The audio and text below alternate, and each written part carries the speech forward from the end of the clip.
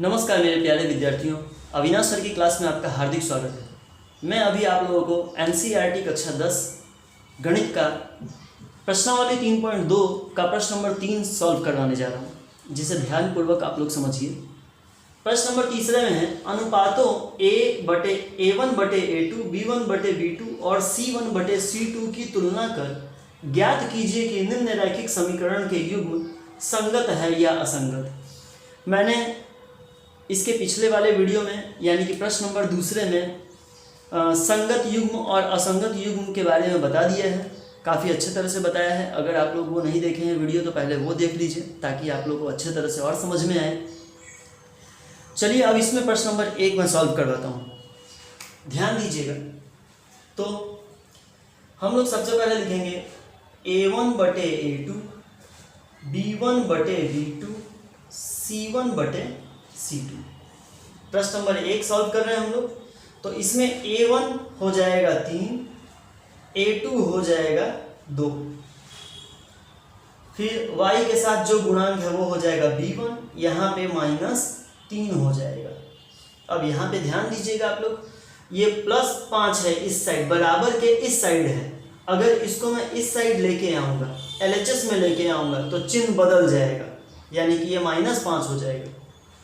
ये यहाँ पे +7 है, अगर मैं इसको इधर लेके आऊँगा तो ये -7 हो जाएगा। ये चीज़ आप लोगों को थोड़ा समझ के लिखना पड़ेगा। अब यहाँ पे ध्यान देना है कि ये 3/2 है, ये 2/3 है और ये -5/-7 है। तो मैंने आप लोगों को 3 नियम लिखवाया था, तो वो तीनों नियम क्या है? यदि A1/A2 बराबर B1/B2 नहीं होगा, यहाँ क्या हम लोग लिख सकते हैं? यहाँ ये A1 और A1/A2, B1/B2 एक जैसा नहीं है। जब ये दोनों पद एक जैसा नहीं हो तो हम लोगों को लिखना है कि यहाँ दोनों समीकरणों के युग्म संगत हैं। कब? जब ये तीनों पद में आप लोगों को ये दोनों असमान दिखे, एक जैसा नहीं दिखे, तो समझ लीजिए कि वैसे समीकरण के युग्म कैसे हैं? संगत हैं। चलिए प्रश्न नंबर 2 करते हैं। इसी में प्रश्न नंबर 2 देखिए, इसको भी हम लोग पहले वाले जैसे ही सॉल्व करेंगे। A1/A2, B1/B2 बराबर C1/C2।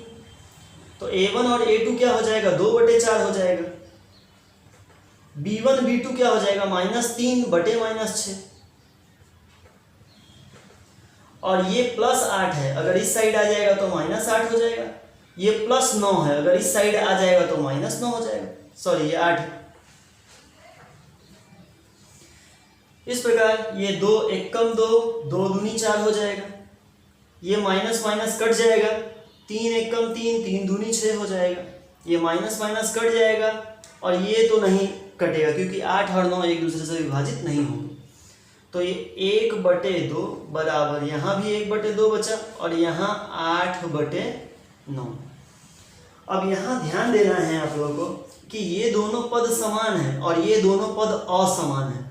तो जब A1/A2 बराबर B1/B2 बराबर नहीं होगा C1/C2, देखिए ये दोनों समान हैं और ये दोनों असमान हैं। तो जब ऐसा हो कंडीशन तो हम लोगों को लिखना है समीकरण के युग्म असंगत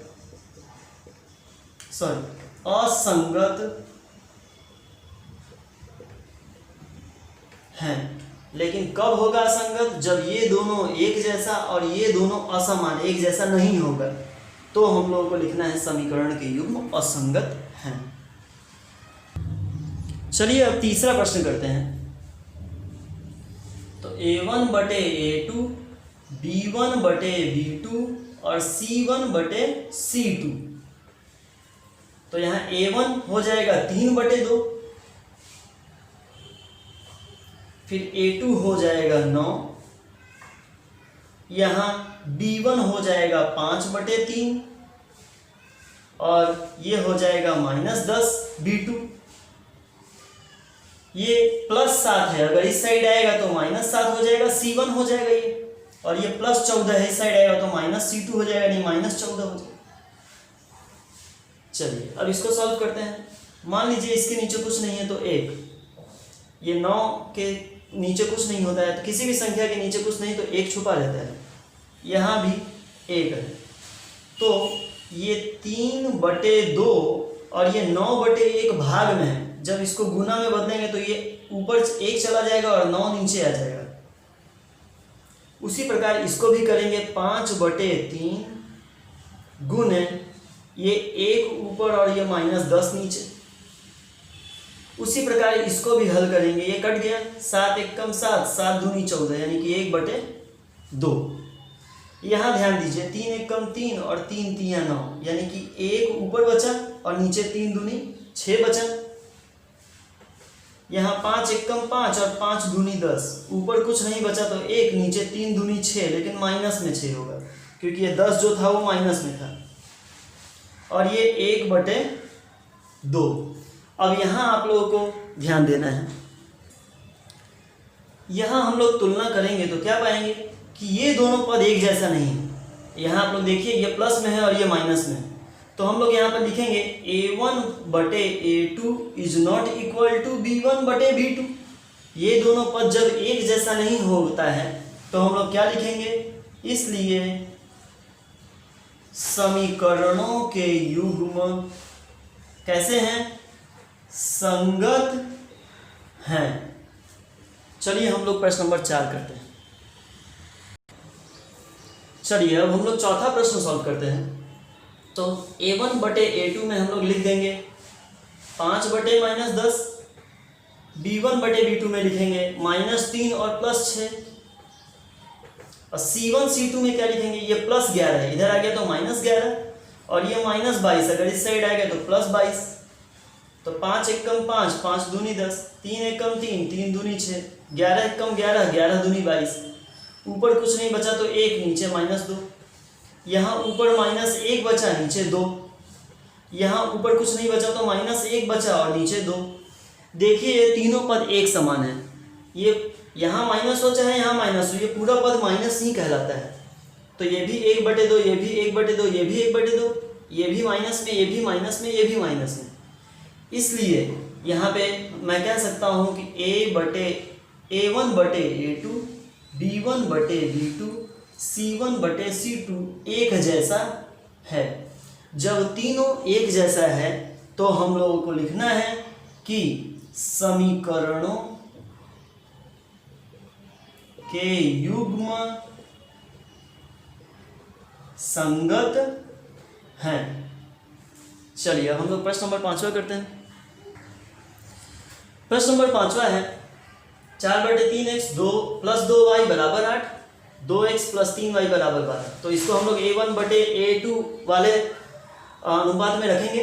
ध्यान दीजिए, तो ये x के साथ है 4/3 A1 हो जाएगा और A2 हो जाएगा 2।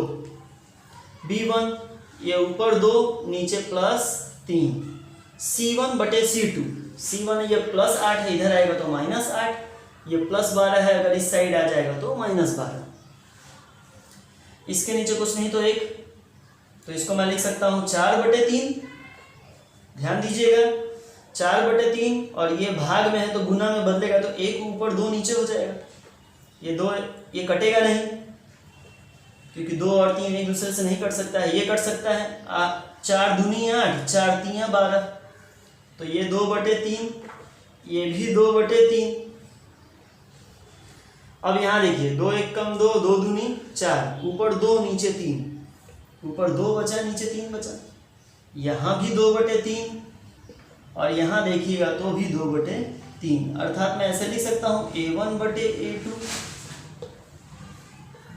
B1/B2 और C1/C2 है।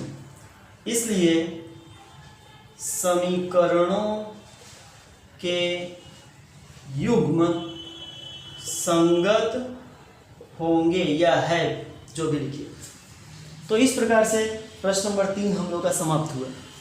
आप लोगों को समझने में कठिनाई ना हो इसके लिए मैं पूरा रूल वापस से लिख देता हूँ।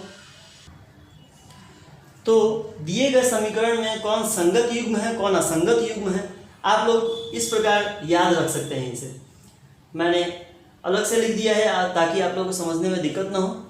चलिए, आशा करता हूँ कि आपको मेरा ये पढ़ाया हुआ सब समझ में आया होगा। अगर आपको मेरा पढ़ाया हुआ पसंद आए तो मेरे चैनल को सब्सक्राइब कीजिए, लाइक कीजिए, एक अच्छा सा कमेंट कीजिए और अपने दोस्त तक भी इसको शेयर कीजिए। Thank you.